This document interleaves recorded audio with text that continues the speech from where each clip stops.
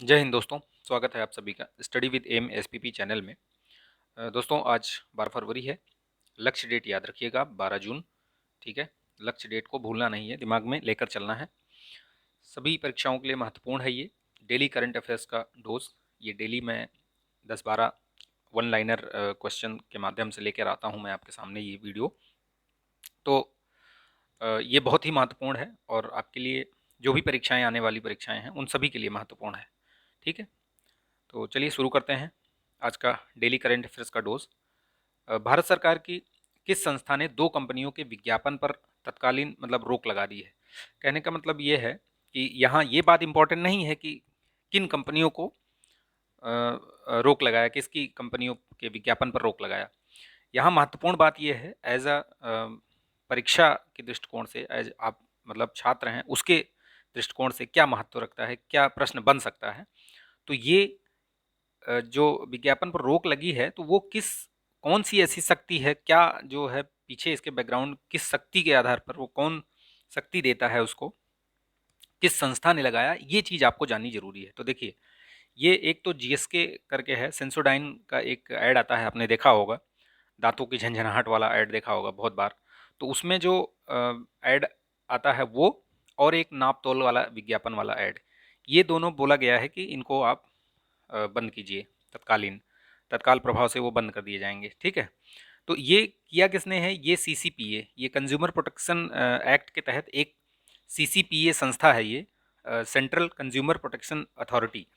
ये consumer protection act जो 2019 के तहत बनाया गया था, ठीक है, उसके तहत इसको बनाया गया था, इस अथॉरिटी को इसी से पावर मिलती है, इसी एक्ट से, कि वो इस तरीके के जो एक्शन है वो ले सकती है।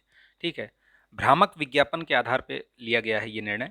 ठीक है, तो जो 1986 का कंज्यूमर प्रोटेक्शन एक्ट था उसमें 6 प्रकार से जो अनुचित व्यापार व्यवहार या प्रैक्टिसेस, डिसेप्टिव प्रैक्टिसेस थी, उनको डिस्क्राइब किया गया था। लेकिन ये जो 2019 वाला है इसमें 9 प्रकार के जो बताए गए हैं अनफेयर ट्रेड प्रैक्टिसेस और डिसेप्टिव प्रैक्टिसेस। ठीक है, तो इनको बताया गया है कि ये भ्रामक तरीके से इसको पेश कर रहे हैं, इसलिए इस पे जो है रोक लगाई गई है। ठीक है, तो चलिए आगे बढ़ते हैं। ये इतना ही महत्वपूर्ण है। आपसे अगर प्रश्न पूछा जाएगा तो ये पूछा जाएगा कि ये कौन सी अथॉरिटी जो है वो रोक लगाती है, वो इस अथॉरिटी का नाम, और या फिर पूछा जाएगा कि ये इसको शक्ति कहाँ से मिलती है।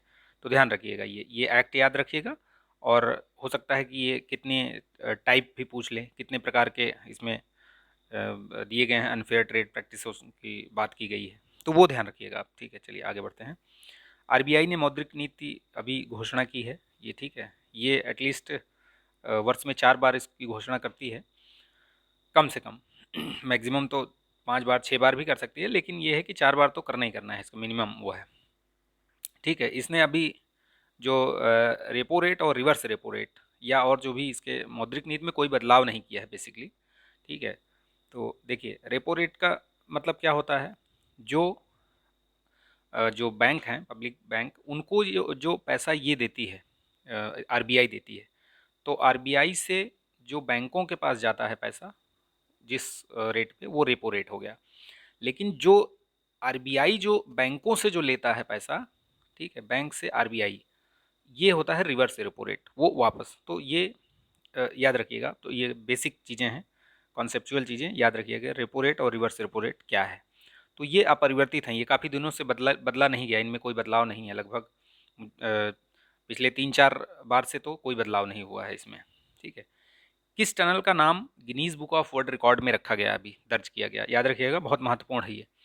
अटल टनल जो रोहतांग में है, हिमाचल प्रदेश। ठीक है, ये टनल जो है समुद्र तल से इसकी ऊंचाई इतनी फिट है, लगभग 10,044 फीट ऊंचाई पे, लेह मनाली को ये जोड़ता है। तो याद रखिएगा, ये टनल, इसका नाम जो है Guinness book of world record में दर्ज किया गया है, अटल टनल, ये सबसे हाईएस्ट उस पर। ठीक, तो इसको ध्यान रखिएगा, पूछा जा सकता है ये। फाइजर इंडिया के नए अध्यक्ष कौन बनाए गए हैं? ये प्रदीप शाह करके हैं। ये विश्व बैंक के पूर्व सलाहकार भी रह चुके हैं, तो महत्वपूर्ण है, ध्यान रखिएगा। अहमदाबाद की आईपीएल फ्रेंचाइजी, उसका नाम क्या रखा है? गुजरात टाइटंस। अब की बार जो आईपीएल होगा उसमें 2 नई टीमें हैं, एक तो लखनऊ, आपको याद होगा, और एक ये अहमदाबाद, ठीक है। तो ध्यान रखिएगा, ये 2 टीमें नई जोड़ रही हैं इस बार, ठीक। चलिए आगे बढ़ते हैं। दुनिया की सबसे लंबी, सबसे बड़ी घंटी या घंटा कह सकते हैं, बहुत बड़ा ये वो है, इसका जो वजन है वो काफ़ी बहुत भारी भरकम है ये। तो ये कहाँ पे बनाया जा रहा है? ये राजस्थान के कोटा चंबल जो रिवर फ्रंट है उस पे निर्माण किया जा रहा है। देखिए इसका वजन देखिए, 82,000 केजी, ये मतलब बहुत बड़ा है ये। तो आप समझिए ये दुनिया का सबसे बड़ा है। तो याद आप राजस्थान वाले या जो भी अभी परीक्षाएं आने वाली हैं उनके लिए बहुत महत्वपूर्ण है ये, ठीक है। इस तरीके के घटनाएं जो है, इस तरीके के न्यूज़ जो है, प्रश्न इससे बना लिए जाते हैं, ठीक है। तो ध्यान रखिएगा, ये सबसे बड़ा जो ये घंटे है इसका वजन इतना है, और ये राजस्थान के कोटा चंबल रिवर फ्रंट पे बन रहा है ये। हरियाणा ने गैर कानूनी धर्मांतरण रोकथाम विधेयक अधिनियम 2022 को, ये ड्राफ्ट था, इसको मंजूरी दे दी है, ठीक है। तो इससे पहले भी कई राज्यों ने ये नियम वो किया है, बनाया है इसको, ऐसा विधेयक, जैसे यूपी में भी है, कर्नाटक ने भी किया है, तो कई कई स्टेटों ने किया है ये, ठीक है। तो ध्यान रखिएगा इसको। अभी हाल फिलहाल में हरियाणा ने किया है। Women in the board room, ये एक रिपोर्ट जारी की गई है। इस रिपोर्ट में बताया गया है, ये मेंस वैसे भी है, ये मेंस के लिए इम्पोर्टेंट है, थोड़ा ध्यान दीजिएगा। जो मेंस में जो सोसाइटी या जो ये वैश्विक जो रिपोर्ट्स वगैरह आती हैं, इनमें जो मेंस में लिखने के लिए बहुत काम आता है इसमें, ठीक है। लैंगिक असमानता जहाँ पर बात आएगी, ठीक है, लैंगिक असमानता की बात आती है, तो उसमें ये सब चीज़ें दिखाई जा सकती हैं कि देखिए ये भी है। तो बोर्ड रूम का मतलब ये हुआ कि जो कोई कंपनी है, कंपनी में कुछ बोर्ड, ये डायरेक्टर्स होते हैं, बोर्ड ऑफ डायरेक्टर्स बोलते हैं ना, तो वो उसमें भारत में जो सीटें हैं वो 17.1% ही है, ठीक है, प्रतिनिधित्व करती हैं। और बोर्ड चेयर पे तो, जो बोर्ड चेयर यानी बोर्ड का जो मतलब अध्यक्ष वाली वो पद है, उस पे तो और भी कम है परसेंटेज। तो ये दर्शाता है कि लैंगिक असमानता को दर्शाता है, ठीक है। तो आप बताइए, एक पहला आज एक ही क्वेश्चन पूछेंगे आपसे। आप बताइए कि वैश्विक जो लैंगिक जो जेंडर गैप इंडेक्स है 2021 वाला, उसमें इंडिया की रैंकिंग क्या है, ठीक है, बताइएगा आप, ठीक। चलिए, चीन ने वित्तीय मानकीकरण के लिए एक पंचवर्षीय योजना 2021-22 से लेकर के 26-27 तक किया है, ठीक है। तो ध्यान रखिएगा इसको। आई होप कि ये वीडियो आपको पसंद आया, जानकारी अच्छी लगी, तो लाइक शेयर सब्सक्राइब कर लीजिए, और सब्सक्राइब करके चैनल बेल आइकन प्रेस कर लीजिए, ताकि आपको वीडियो का नोटिफिकेशन मिलता रहे, ठीक है। तो मिलते हैं नेक्स्ट वीडियो में, तब तक आप अपना ध्यान रखिए, स्वस्थ रहिए, मस्त रहिए, बिंदास रहिए। जय हिंद।